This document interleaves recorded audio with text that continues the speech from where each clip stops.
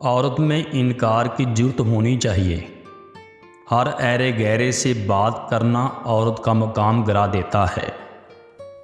عورت ایسی ہو کوئی بھی غیر مرد اس سے بات کرنے سے پہلے 100 بار سوچے۔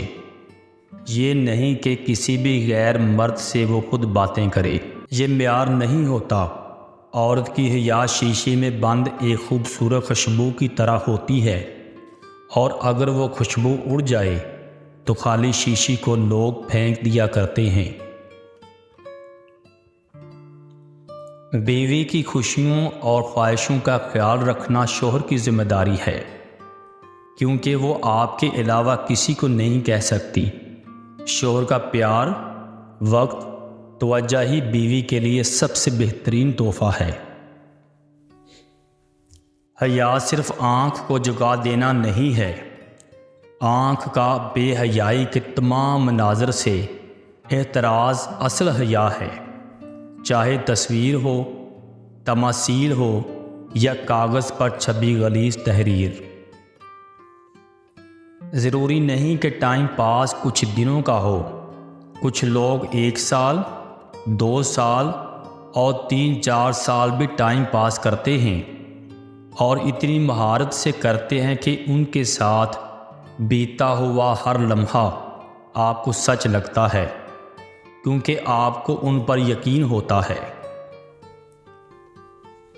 احساس ہو جائے کہ جس نامحرم سے آپ کو محبت ہے وہ آپ کا کبھی محرم نہیں بن سکتا، تو خدا کی رضا کی خاطر پیچھے ہٹ جانا چاہیے، تاکہ یوم قیامت جب وہ رب ذوالجلال پوچھے کہ اے بندے بتا تو نے میری خاطر اپنی کون سی پسندیدہ چیز چھوڑی ہے، تو ہمارا دامن خالی نہ ہو۔ نامحرم کبھی مخلص نہیں ہوتا، اور جو مخلص ہو وہ نامحرم رہنے نہیں دیتا۔ محرم بنانا ہے ہر حال میں، ہر قیمت پر۔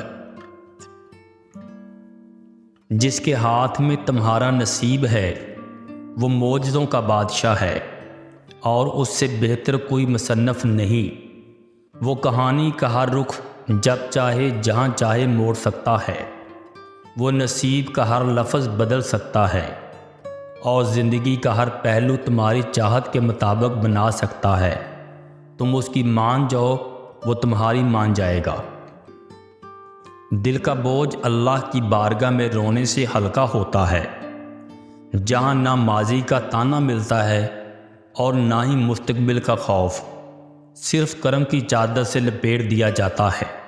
بس ایک سجدہ اور نم آنکھیں، دل سکون سے لبریز ہو جائے گا۔ جس شخص کے ساتھ آج آپ کا حرام تعلق ہے، جس کی وجہ سے آپ اللہ کی نافرمانی کر رہی ہیں یا کر رہے ہیں، جس کی وجہ سے آپ سلام کی حدود پار کر رہے ہیں، سوچو کل روز محشر آپ ہی کے خلاف بات کرے گا۔ جس طرح ایک ماں بچی کی پیدائش کے دوران تکلیف سے دوچار ہوتی ہے، اسی طرح ایک نئی شخصیت کو جنم دینے کے لیے تکلیفیں اٹھانی پڑتی ہیں۔ جس طرح ایک دن کو روشنی بکھیرنے کے لیے شدید گرمی اور حدت برداشت کرنی پڑتی ہے، اسی طرح محبت بھی دکھ اور درد کے بغیر تکمیل کو نہیں پہنچ سکتی۔ کسی سے آپ 2 سال سے ریلیشن شپ میں ہوں، یا 6 سال سے یا 10 سال سے، نکاح تو آپ کا وہی ہوگا جہاں اللہ کا حکم ہوگا، جہاں لکھ دیا گیا ہے۔ اپنی مرضی سے غلط راستوں سے اپنا ہم سفر ڈھونڈنے کے چکر میں آپ صرف اپنا کردار اور قیامت والے دن کا اعمال نامہ داغدار کر رہے ہیں۔ ہم خدا کے بارے میں جو گمان رکھتے ہیں وہ دراصل ہماری اپنی شخصیت کے بارے میں ہمارے گمان کا ایک عکس ہوتا ہے۔ اگر خدا کے ذکر سے ذہن میں میل، الزام اور خوف ہی ابھرے تو یہ اس بات کی علامت ہے کہ خوف اور الزام تراشی ہمارے اپنے سینے کی گھٹن میں پنپ رہی ہے، اور اگر خدا ہمیں محبت و شفقت سے چھلکتا ہوا دکھائی دے تو یقیناً ہم بھی محبت اور شفقت سے